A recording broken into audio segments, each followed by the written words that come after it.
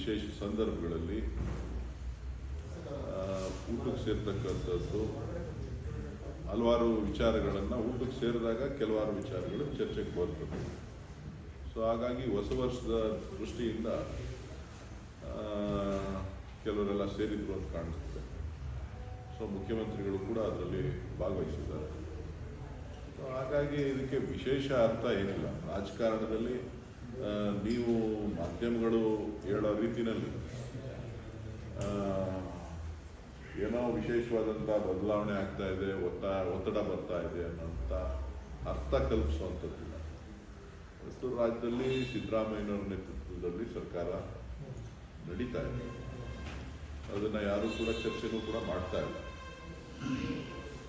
So ಸಿದ್ದರಾಮಯ್ಯನವರೇ ಮುಖ್ಯಮಂತ್ರಿಗಳೇ ಅಲ್ಲಿ ಭಾಗವಹಿಸಿದ್ರಿಂದ ಇದಕ್ಕೆ ಹೆಚ್ಚು ಅರ್ಥ ಕಲ್ಪಿಸುವಂಥ ಅವಶ್ಯಕತೆ ಇಲ್ಲ ಅಂತ ಹೇಳಿ ನಾನು ಭಾವಿಸ್ತೀನಿ.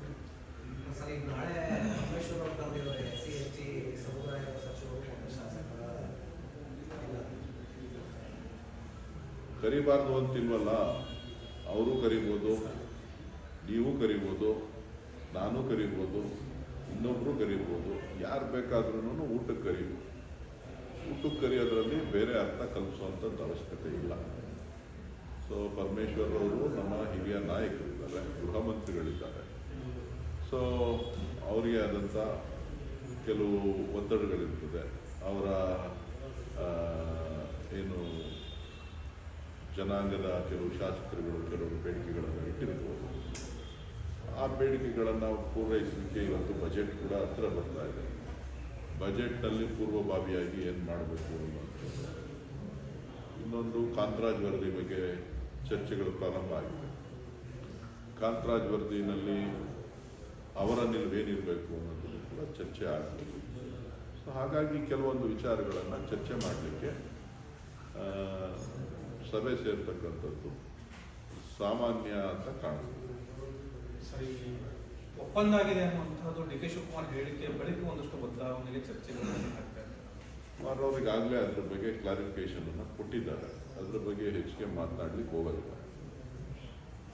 ಕುಮಾರಸ್ವಾಮಿ ಅವರು ಸರ್ಕಾರದ ವಿರುದ್ಧ 60% ಕಮಿಷನ್ ಆರೋಪ ಮಾಡಿದ್ದಾರೆ. ವಿಧಾನಸೌಧದಲ್ಲಿ ಕೂತ್ಕೊಂಡು ಕಮಿಷನ್ ತೆಗೆದುಕೊಳ್ತಿದ್ದಾರೆ 60% ಅಂತ ಮಾತನಾಡಿ.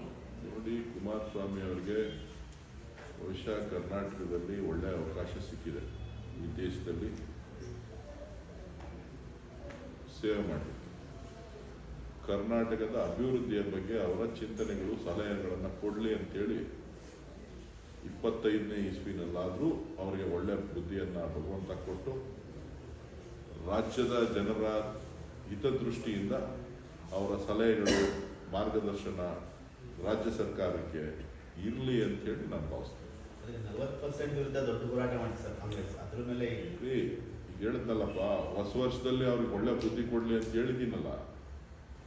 60% 40% ಎಲ್ಲ ಬಿಟ್ಟು ಜನ ನಿರೀಕ್ಷೆ ಮಾಡ್ತಾ ಇರೋದೇನನ್ನ, ಕುಮಾರಸ್ವಾಮಿ ಅವ್ರಿಗೇನು ಅಧಿಕಾರ ಇಲ್ಲ ಅಂತಲ್ಲ. ಕುಮಾರಸ್ವಾಮಿ ಅವ್ರಿಗೂ ಅಧಿಕಾರ ಇದೆ. ಕೇಂದ್ರದಲ್ಲಿ ಬಹಳ ಉನ್ನತವಾದಂಥ ಸ್ಥಾನವನ್ನು ಅವರು ಗಳಿಸಿದ್ದಾರೆ ಈ ದೇಶಕ್ಕೆ ಸೇವೆ ಮಾಡ್ತಕ್ಕಂಥದ್ದು. ಅದರಲ್ಲಿ ಅವರು ರಾಜ್ಯಕ್ಕೆ ಕೊಡುಗೆಗಳ ಏನನ್ನ ಕೊಡಬೇಕು ಅನ್ನೋದ್ರ ಬಗ್ಗೆ ಚಿಂತನೆಯನ್ನ ಮಾಡಿ ರಾಜ್ಯ ಸರ್ಕಾರಕ್ಕೆ ಸಿಗಬೇಕಾದಂಥ ಪಾಲುಗಳನ್ನು, ರಾಜ್ಯಕ್ಕೆ ದೊರೆಯಬೇಕಾದಂಥ ಯೋಜನೆಗಳನ್ನು, ಇದ್ರ ಬಗ್ಗೆ ಒತ್ತಡವನ್ನು ಕೇಂದ್ರ ಸರ್ಕಾರದಲ್ಲಿ ಪ್ರಭಾವವನ್ನು ಮಾನ್ಯ ಪ್ರಧಾನಮಂತ್ರಿಗಳ ಮೇಲೆ ತೋರಿಸಿ ರಾಜ್ಯಕ್ಕೆ ಒಳಿತನ್ನ ಬಯಸಲಿ, ಒಳಿತನ್ನ ಮಾಡಲಿ. ಬಂದೋದು ಆರೋಪ ಮಾಡೋದು, ಬರೋದು ಶನಿವಾರ ಭಾನುವಾರ ಬರೋದು ಆರೋಪ ಮಾಡೋದು ಅಷ್ಟು ಒಳ್ಳೆಯ ಬೆಳವಣಿಗೆ ಅಲ್ಲ. ಚುನಾವಣೆಗಳಿಂದ ಬಹಳ ದೂರ ಇದೆ.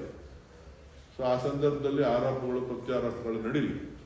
ನಾನು ಬಯಸ್ತಾ ಇರೋದು ಒಬ್ಬ ನಾಯಕರಿಂದ ಅಭಿವೃದ್ಧಿಯ ಚಿಂತನೆಗಳನ್ನು, ಆ ಅಭಿವೃದ್ಧಿಯ ಚಿಂತನೆಗಳನ್ನು ಮಂಥನ ಮಾಡಲಿ ಅಂತೇಳಿ ನಾನು ಬಯಸ್ತೇನೆ.